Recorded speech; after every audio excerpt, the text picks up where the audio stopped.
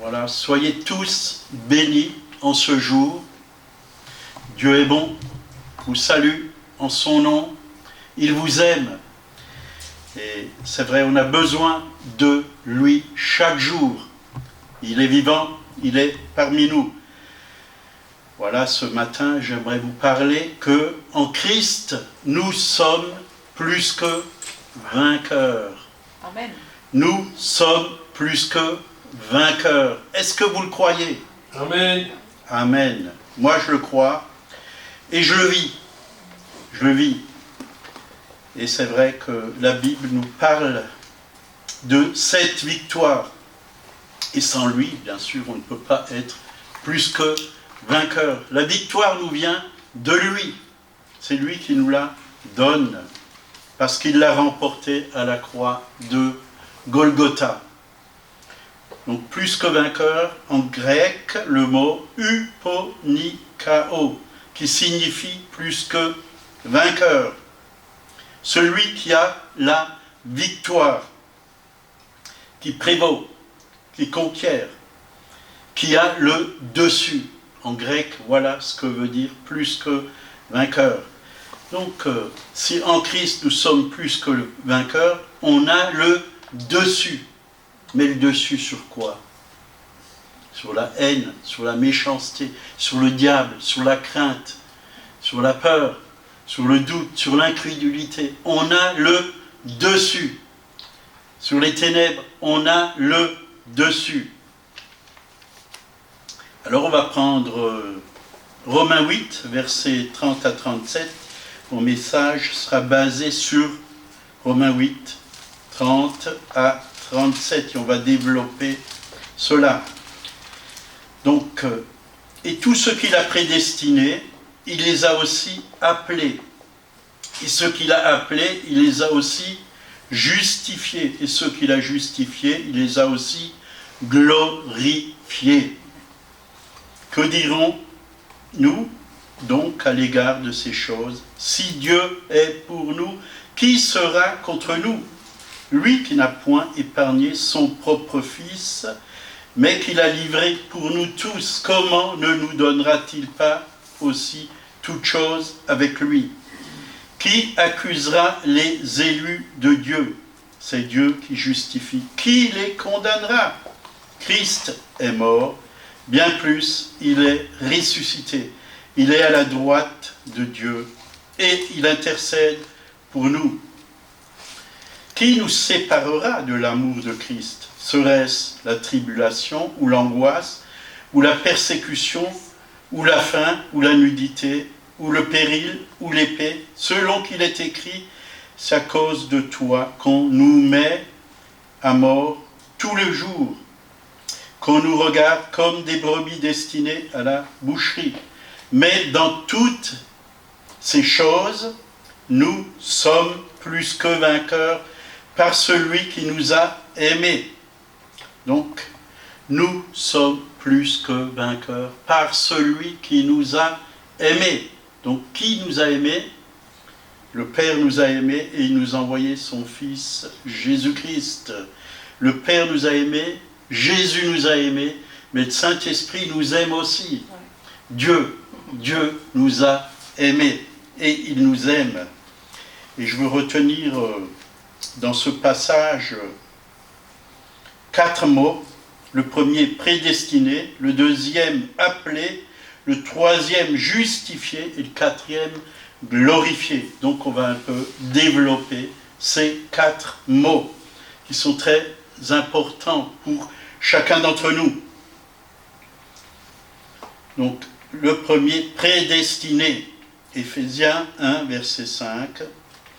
Là, il nous a dit, ayant prédestiné dans son amour, vous voyez, dans son amour, à être ses enfants d'adoption par Jésus-Christ, selon le bon plaisir de sa volonté. Donc, dans son amour, on a été prédestinés à être ses enfants d'adoption.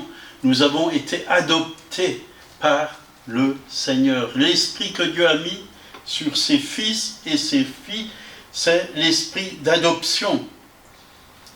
Et l'Esprit lui-même rend témoignage à notre esprit que nous sommes enfants de Dieu.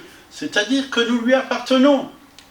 Nous sommes aimés, désirés de Dieu dans son amour, appelés, choisis, protégés par lui, parce que nous sommes ses enfants. Donc, avant notre naissance, le Seigneur avait une idée, il nous adoptait et il nous a placés comme ses fils. Nous faisons partie de sa famille, famille du Père, le Fils, le Saint-Esprit, mais aussi famille de Dieu. L'Église, c'est aussi la famille de Dieu. Et ça, c'est beau, parce qu'on peut aller partout dans le monde, on a une grande famille. Mais ce qui est merveilleux, c'est qu'on a un Père tellement bon et merveilleux, et quand Jésus nous a ouvert le chemin pour nous faire connaître le Père, au travers de son sang, on peut vraiment nous approcher du Père. Le voile qui nous séparait du Père a été déchiré, et le péché qui nous séparait du Père a été enlevé. Dieu, par son Fils Jésus, nous a lavés de tout péché pour que nous puissions nous approcher du Père. Et quand le Père nous regarde, il est heureux. Pourquoi il est heureux? Parce qu'il voit pas seulement Jésus, mais il voit des fils et des filles qui sont faits à son image, à l'image de Jésus, à l'image de notre grand frère Jésus. Donc deuxièmement, appelé, toujours dans Éphésiens 1, verset 4, en lui Dieu nous a élus avant la fondation du monde, pour que nous soyons saints, voyez, et irrépréhensibles devant lui. Donc, choisis. Dieu nous a appelés. Tu es appelé. Je suis appelé par Dieu. Donc, appelé à sortir du royaume des ténèbres pour rentrer dans le royaume du Fils de son amour. N'est-ce pas merveilleux? Et ce matin, je réfléchissais à rentrer dans le royaume de Dieu. Comment on rentre dans le royaume de Dieu? Bien sûr, par la nouvelle naissance. Si un homme ou une femme ne naît de nouveau, il ne peut rentrer dans le royaume de Dieu. Et quand nous réalisons ce que c'est que rentrer dans le royaume de Dieu, c'est un royaume merveilleux. Et je me disais, est-ce que dans le royaume de Dieu, il y a de la bagarre? Il y a des disputes? Non. La jalousie? Non. Mais qu'est-ce qu'il y a dans le royaume de Dieu? Le royaume de Dieu, c'est la paix, la joie, l'amour, la justice par le Saint-Esprit. Mais il y a tout ce dont nous avons besoin dans le royaume de Dieu. Et le Seigneur, il a dit à ses disciples qu'il a préparé le royaume pour eux. Mais il l'a préparé pour nous. Et nous devons vraiment vivre dans ce royaume, dès maintenant. Bien sûr que le royaume de Dieu n'est pas établi sur cette terre, mais il est au-dedans de vous, dit la parole de Dieu. Il est dans nos cœurs. C'est un royaume invisible, qu'on ne voit pas. La paix, elle est à l'intérieur de nous. La joie, elle est à l'intérieur de nous. L'amour est à l'intérieur de nous. Dieu a répandu son royaume à l'intérieur de nous par le Saint-Esprit. Et quand nous avons reçu Jésus, il est le roi du royaume. Il est le roi des rois. Quand nous l'avons reçu, il est venu en nous, mais il nous a tout donné. Il nous a tout donné. Nous avons tout pleinement en lui. Et nous devons réaliser tout ce qu'il nous a donné. Il nous a lavés, il nous a purifiés, il nous a justifiés. Et nous sommes vraiment devenus ses fils et ses filles. Nous lui appartenons. Troisièmement, justifiés, c'est-à-dire être en règle. Parce que quand on est justifié, on est en règle. On est devenu juste, comme Jésus le juste. Vous voyez, on est devenu comme son Fils. Nos péchés ont été enlevés. Nos péchés ont été pardonnés. Dieu nous a libérés du péché. Et maintenant, on peut vivre en nouveauté de vie. On peut vivre une vie de victoire. La victoire sur le péché. Et bien sûr que nous devons nous voir comme Dieu nous voit. Dieu nous voit juste. On ne peut pas dire que nous sommes de pauvres pécheurs. Ça, c'est ce qu'on était avant notre conversion. Parce que Dieu ne va pas refaire de nouvelles créatures qui sont de nouveaux pécheurs. Il va faire de nouvelles créatures qui sont justes, qui sont pures, qui ont un cœur nouveau, qui ont une vie nouvelle, qui sont saints, délivrés, purifiés, justifiés. Vous voyez ? Alors la religion nous a fait croire que, et parfois j'entends certaines personnes encore, qui disent « Seigneur, je ne suis qu'un pauvre pécheur ». Alors si tu es un pauvre pécheur, qu'est-ce que doit faire un pauvre pécheur ? Il doit se repentir et venir à Jésus, parce que les pécheurs, c'est pour cela qu'il est venu, pour qu'ils se repentent et qu'ils viennent à Jésus, et qu'ils changent de vie, et qu'ils deviennent des saints, parce que Dieu ne nous appelle plus pauvres pécheurs, il nous appelle des saints. Des saints, on vient de le lire d'ailleurs. Des justes, des rachetés. Il nous a rachetés de quoi ? Du péché, des ténèbres. Donc nous sommes devenus des saints. Un saint, qu'est-ce qu'il fait ? Il vit dans la sainteté. Un pauvre pécheur, qu'est-ce qu'il fait ? Il vit dans le péché. Donc, on a été rachetés maintenant. Romains 5, verset 5. À plus forte raison, donc maintenant, que nous sommes justifiés par son sang, serons-nous sauvés par lui de la colère. C'est vrai, Dieu, maintenant qu'on a été justifiés par son sang, n'est plus en colère contre nous. Nous avons été vraiment délivrés de toute colère. Dieu nous aime, parce que nous sommes venus à lui. Nous avons été délivrés. Dieu nous voit justes. Dieu nous voit saints. Alors nous devons nous voir comme il nous voit. Comme il nous voit. Et sans la sanctification, nul ne verra le Seigneur. Nul ne verra le Seigneur. La sanctification, ce n'est pas de vouloir combattre le péché par nos propres forces. Premièrement, vous n'y arriverez pas. J'ai essayé plusieurs fois et j'ai réalisé que je ne pouvais pas me délivrer d'un péché par ma propre force. Mais quand j'ai demandé au Saint-Esprit de m'aider, vous savez, le Saint-Esprit brise les jougs, et les jougs de péché, parce que l'ennemi met des jougs sur nous. Il met des pensées mauvaises sur nous, pour nous pousser à pécher. Et nous ne devons pas accepter ces pensées. Mais nous devons toujours regarder vers le Seigneur, ce qu'il a fait à la croix. Il nous a délivrés. Donc, important que nous puissions nous voir comme Dieu nous voit. Nous voir, comme je l'ai dit avant, dans le royaume de Dieu. Nous ne sommes plus sous la puissance des ténèbres, mais nous sommes dans la puissance de l'Esprit de Dieu. C'est l'Esprit de Dieu maintenant qui règne en nous.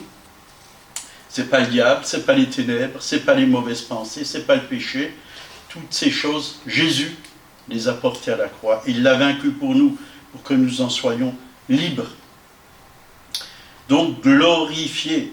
Quatrièmement, Jésus nous a donné sa gloire et nous pouvons aujourd'hui la manifester. Nous avons été glorifiés en lui. Jean 17, verset 22. Et je leur ai donné la gloire que tu m'as donnée. Il nous l'a donnée. Afin qu'ils soient un, comme nous sommes un. Vous voyez ? Bien souvent on prie, on dit Seigneur, garde-nous unis. Mais Jésus nous a déjà unis l'un à l'autre par son esprit. Il l'a déjà fait. Il nous a donné sa gloire. Pourquoi? Pour que nous soyons un. Nous ne devons pas nous laisser désunir. Parce qu'il nous a déjà donné sa gloire. Et c'est pour que nous soyons unis qu'il nous a donné sa gloire. Déjà unis avec le Père, unis avec le Fils, unis avec le Saint-Esprit, personnellement, chacun. Et quand on est unis avec le Père, le Fils et le Saint-Esprit, aussi unis avec les frères et sœurs, le corps de Christ. Parce que nous sommes un seul peuple, un seul corps. Nous n'avons qu'une seule tête qui est Jésus. Et nous sommes membres, chacun et chacune, de son corps. La gloire, doxa. Doxa, qui veut dire tout ce que Dieu est et tout ce qu'il a. Il nous l'a donné. Dieu est saint, nous sommes saints. Dieu est juste, nous sommes justes. Dieu est vainqueur, nous sommes vainqueurs. Dieu est béni, nous sommes bénis. D'ailleurs, la Bible dit que nous sommes bénis de toutes sortes de bénédictions spirituelles dans les lieux célestes. Donc, Jésus-Christ est le rayonnement et la gloire du Père. Et il est l'image parfaite de sa personne. C'est dans Hébreux 1, verset 3. Et Romains 8, verset 31. Si Dieu est pour nous, qui sera contre nous? Personne. Qui sera contre nous? Qui veut combattre Dieu? Ils peuvent toujours essayer. Il y en a, ils essayent. C'est même marqué dans la parole que des gens, à la fin des temps, chercheront à combattre Dieu. Mais ils n'y arriveront pas. Parce que Dieu est tout-puissant. Il est le chef de l'armée. Si Dieu est pour nous, qui sera contre nous? Lui qui n'a point épargné son propre Fils, mais qui l'a livré pour nous tous. Comment ne nous donnera-t-il pas ainsi toutes choses avec lui? Donc, quand j'ai lu ce verset, je me suis dit, toutes choses, Jésus sauve. On le disait bien souvent dans le temps, on l'a un peu oublié. Jésus sauve, Jésus libère, Jésus guérit et pourvoit.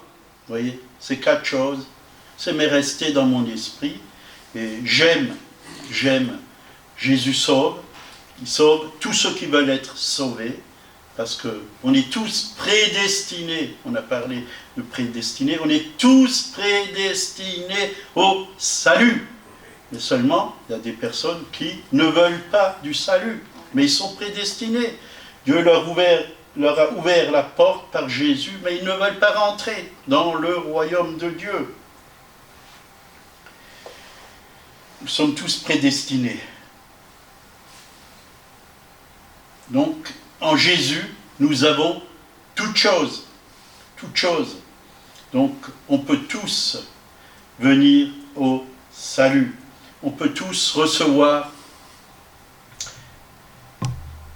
la liberté, oui, de tous les ténèbres qui nous ont empêchés de vivre. On peut tous être libérés, on peut tous être guéris, et Dieu pourvoit à tous nos besoins. C'est la Bible qui le dit, et je le crois, tout simplement. Verset 33, Romains 8, verset 33. Qui accusera les élus de Dieu? C'est Dieu qui justifie. Donc personne ne peut accuser les élus de Dieu. On peut vous accuser, mais vous n'accepterez pas, quand vous êtes justifié, oui, vous accepterez pas cette arme, toute arme forgée contre moi sera sans effet. Et l'accusation, c'est l'arme du malin pour nous décourager. Quand on sait qu'on est pur, quand on sait qu'on est saint, quand on sait qu'on est juste, personne ne peut essayer. Ils peuvent essayer de nous accuser, mais personne ne peut vraiment nous combattre parce qu'on sait qui on est. En Jésus, on a la victoire sur toute accusation de l'ennemi. Toute arme forgée contre moi sera sans effet. Et tu la condamneras. On va condamner ce qui ne vient pas de Dieu. Qui les condamnera, hein, dit la parole, le grand juge nous a déclarés non coupables. Non coupables. Donc, l'ennemi ne peut pas nous convaincre de culpabilité. Ni les hommes, puisque quand on est juste, quand on a la paix, quand on a la joie, quand on a l'amour, on sait qui on est.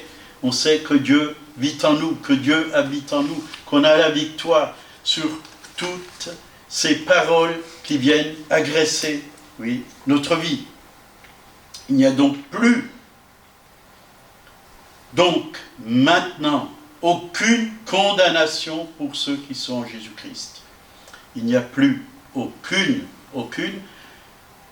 soulignez ce mot, aucune condamnation. Il y a beaucoup trop de croyants en Jésus-Christ qui se laissent condamner, qui sont culpabilisés.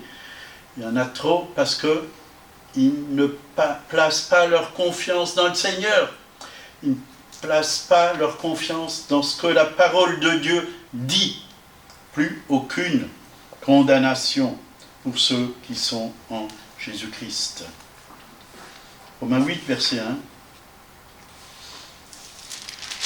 Donc, maintenant, verset 34. Christ est mort, bien plus, il est ressuscité.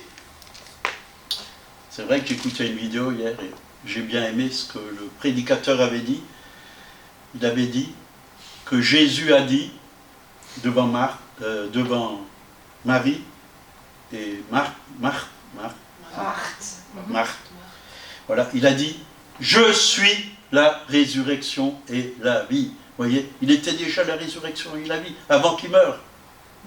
Avant qu'il meure. Je n'avais jamais réalisé ça. Je dis, bah oui, c'est vrai. Jésus est la résurrection et la vie.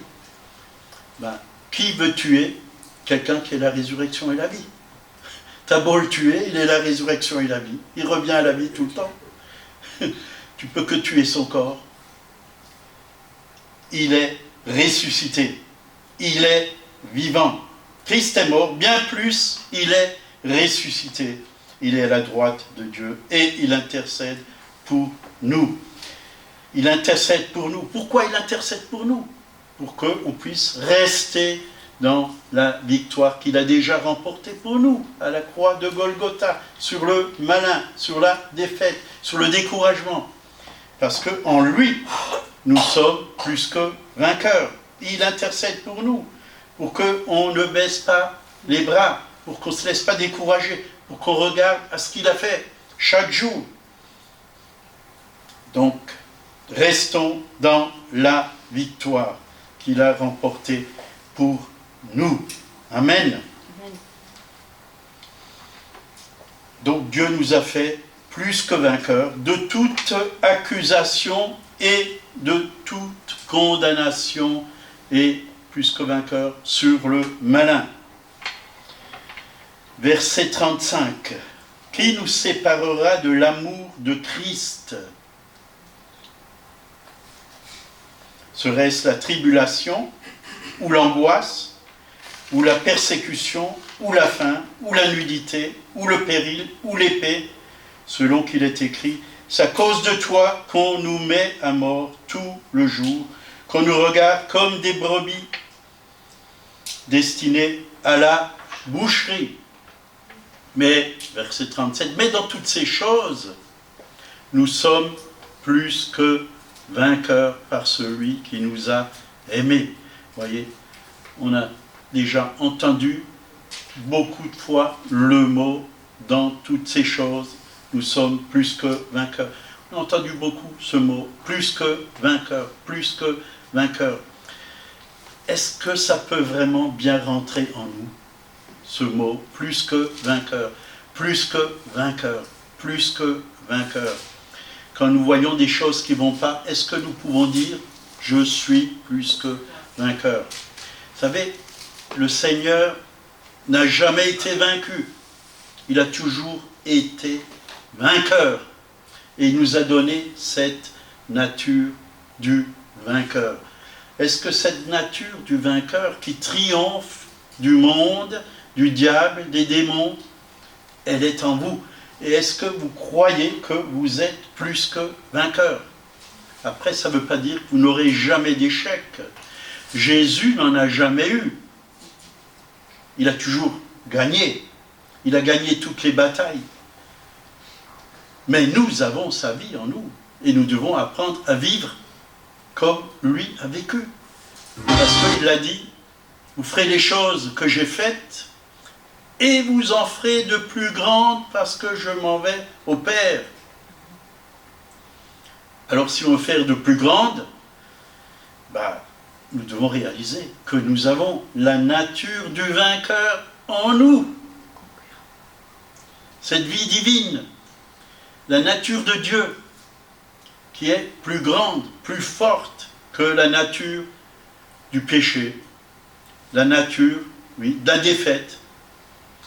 Jésus nous a rachetés pour que nous soyons vainqueurs en toutes choses. Pourtant, l'apôtre Paul, il en a vécu. Il a écrit l'épître aux Romains, mais il en a vécu. Combien de fois il a été frappé, persécuté, emprisonné, maltraité. Et il dit, nous sommes plus que vainqueurs. Dans toutes ces choses, est-ce qu'on peut le dire? Nous, aujourd'hui, on a le même Dieu que Paul. Exactement le même Dieu que Paul. Donc, Dieu a établi dans le cœur de Paul cette réalité.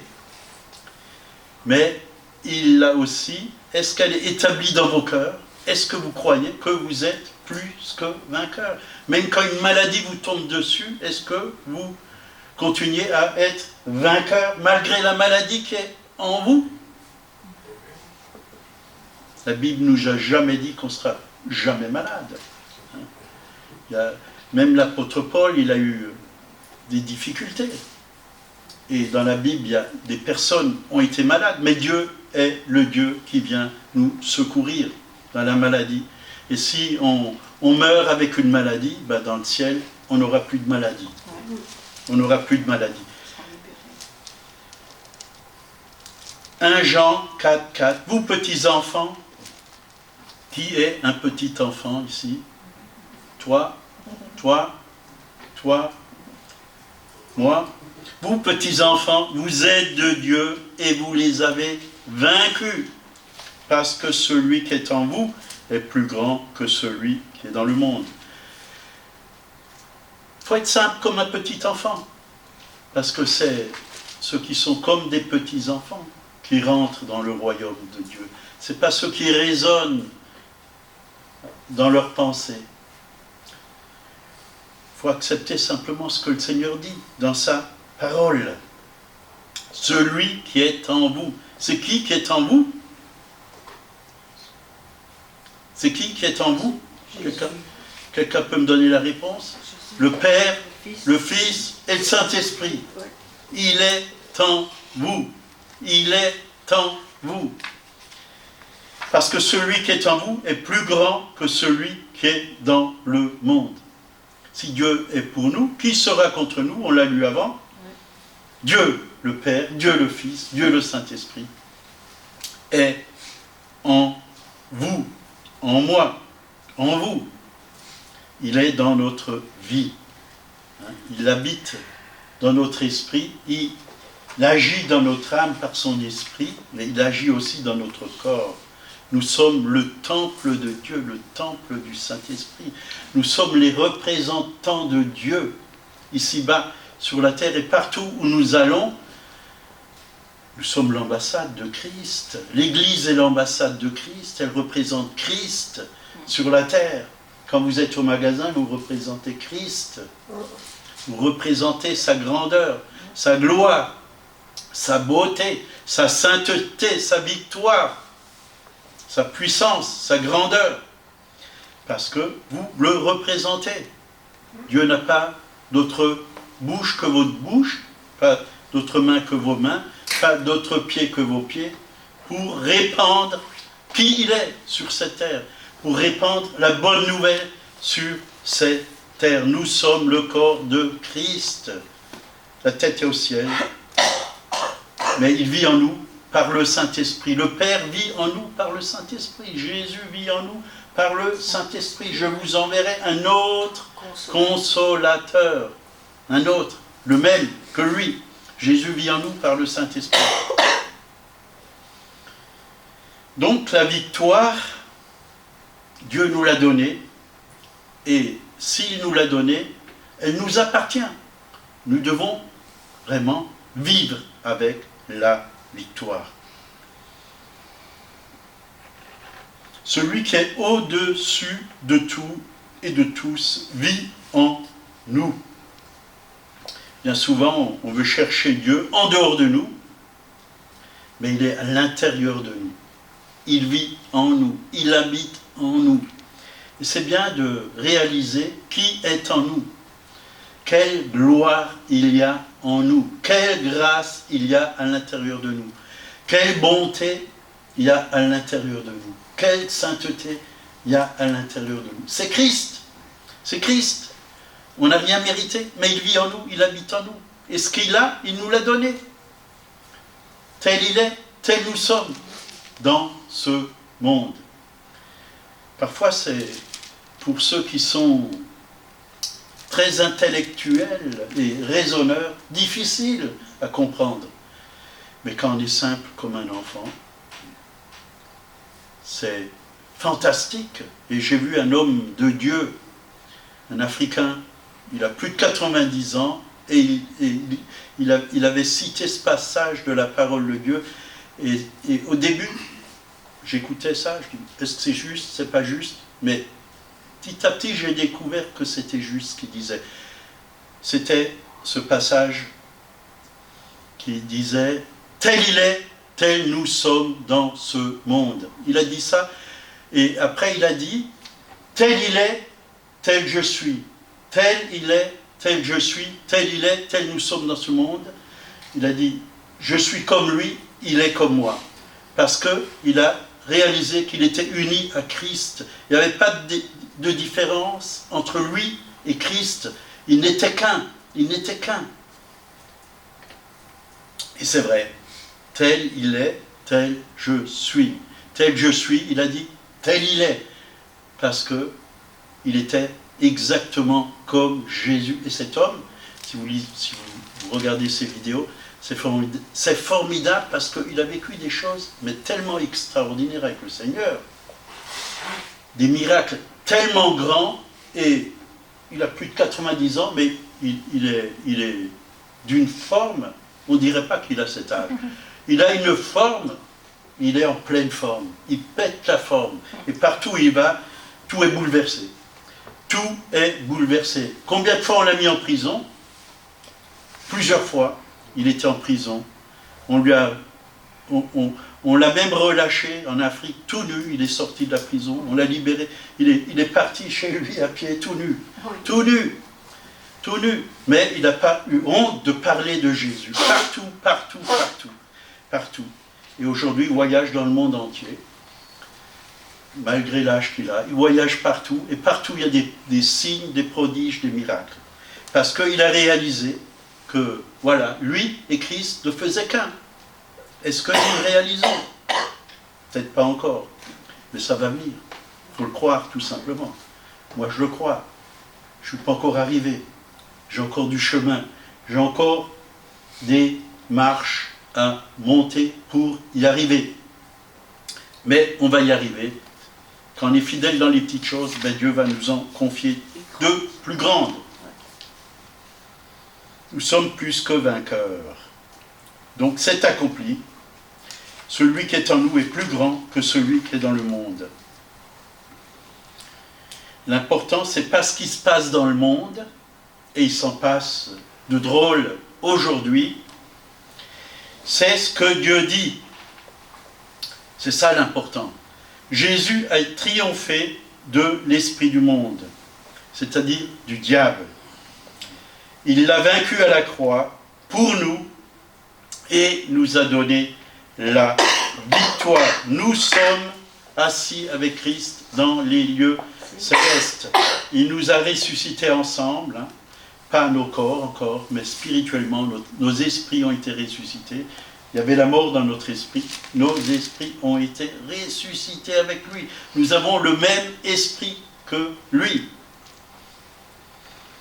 1 Corinthiens 15, 57 et 58. Mais grâce soit rendue à Dieu qui nous donne la victoire par notre Seigneur Jésus-Christ. Ainsi, mes frères bien-aimés, soyez fermes, inébranlables, travaillant de mieux en mieux à l'œuvre du Seigneur, sachant que votre travail ne sera pas vain dans le Seigneur. Donc, nous venons de lire que Dieu nous donne la victoire par notre Seigneur Jésus-Christ. Donc, c'est une victoire permanente. C'est tout le temps. C'est tout le temps. Tout le temps. Continuellement. Dieu nous donne la victoire. Dieu nous appelle à être des vainqueurs, des conquérants, à gagner du terrain, à aller de l'avant. Comment vaincre? Comment vaincre? 1 Jean 5, 3 à 5. Et ces commandements ne sont pas pénibles, car tout ce qui est né de Dieu triomphe du monde. Et la victoire qui triomphe du monde, c'est notre foi, qui est celui qui a triomphé du monde, sinon celui qui croit que Jésus est le Fils de Dieu. Voilà. Par la foi, beaucoup n'ont pas compris qu'est-ce que la foi. Beaucoup n'ont pas compris aujourd'hui. Des milliers de gens qui se disent chrétiens n'ont pas compris qu'est-ce que la foi. La foi, elle vient de Dieu. Quand on a reçu Jésus dans notre être intérieur, dans notre esprit, nous avons reçu aussi la foi de Dieu. Tout croyant qui est venu à Jésus, il a la foi, sinon il n'aurait pas pu rentrer dans le royaume de Dieu. C'est par la foi qu'on est sauvé, dit la parole de Dieu. C'est par la grâce, mais par le moyen de la foi, dit la parole de Dieu. La foi. Donc si on est sauvé, c'est qu'on a eu la foi pour le salut. Et alors, cette foi, elle est à l'intérieur de nous. Elle est dans notre esprit. Elle est en nous. On ne doit pas chercher la foi ailleurs qu'en Jésus. La foi vient de ce qu'on entend, et ce qu'on entend vient de la parole de Christ. Nous devons simplement écouter la parole de Christ. Et quand on s'appuie sur la parole de Christ, qu'on obéit à la parole de Christ, il va se passer quelque chose. Elle va s'accomplir. Il y aura un miracle.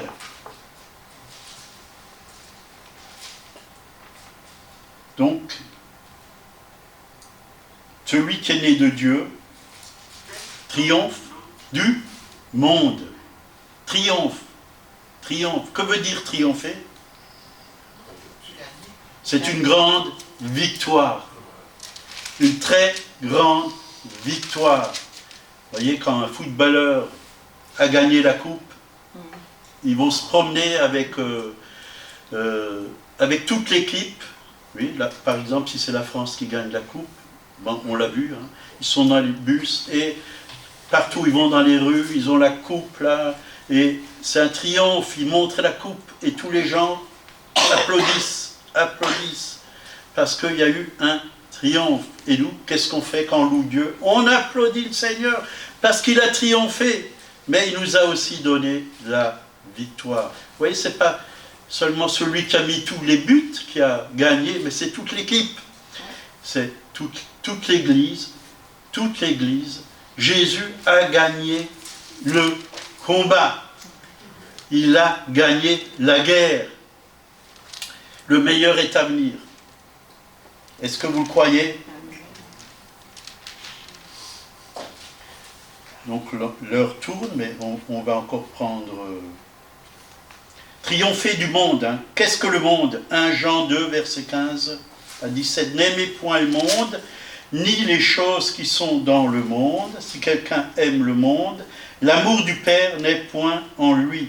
Car tout ce qui est né, tout ce qui est dans le monde, la convoitise de la chair, convoitise des yeux, l'orgueil de la vie, ne vient point du Père, mais vient du monde. Et le monde passe et sa convoitise aussi. Mais celui qui fait la volonté de Dieu demeure éternellement. Voyez. Donc, on doit se détacher de tout ce que le monde nous propose. Bien sûr, je parle des mauvaises choses. La convoitise des yeux, comme on vient de le lire.